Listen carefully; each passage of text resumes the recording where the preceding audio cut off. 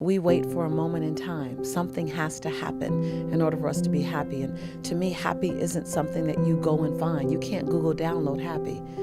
Happy grows from you. Happy grows from a moment. And happiness isn't something you arrive at and it's a destination that you stay at.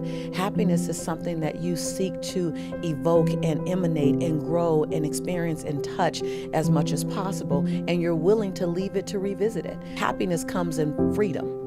See, whenever something is rigid and it has to stay, then you just left happiness because now you have to stay at happiness.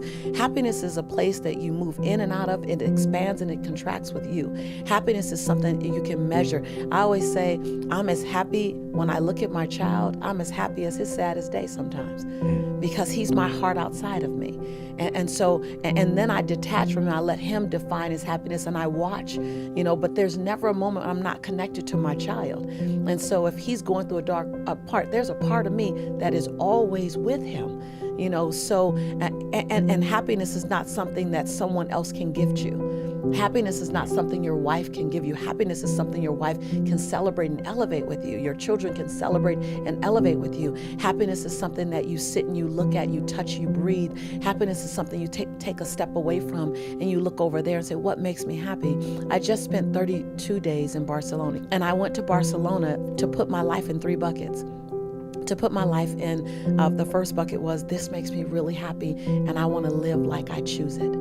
You know how you can get to a place where things are coasting? Yes. I don't want to coast.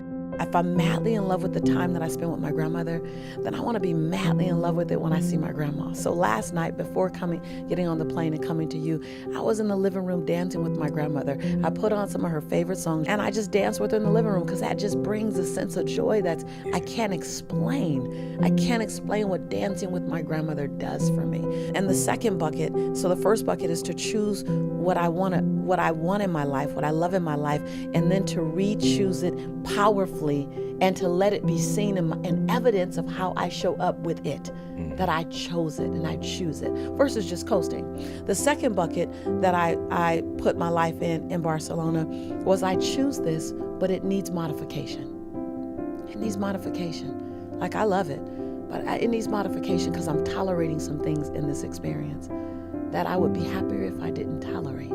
But I want it, I just need modifications. I need some things to shift. I need some experiences in this experience to shift. And then the third bucket was, I choose to release it, that our time is complete. The experience of living in overwhelm, the experience of saying yes when I want to say no, the experience of wanting to be liked and loved by everybody, the experience of opening my doors to everyone who knocks on the door and says I need to come in, the owning my no so that my yes can become more valuable, the experience of some people in my life, that our season is complete.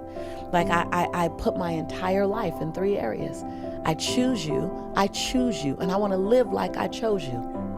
I choose you, but I need to adjust this experience so it can feel better for the both of us, at least for me. I don't know how you're doing it, but I need it to feel better. And then I choose to release this.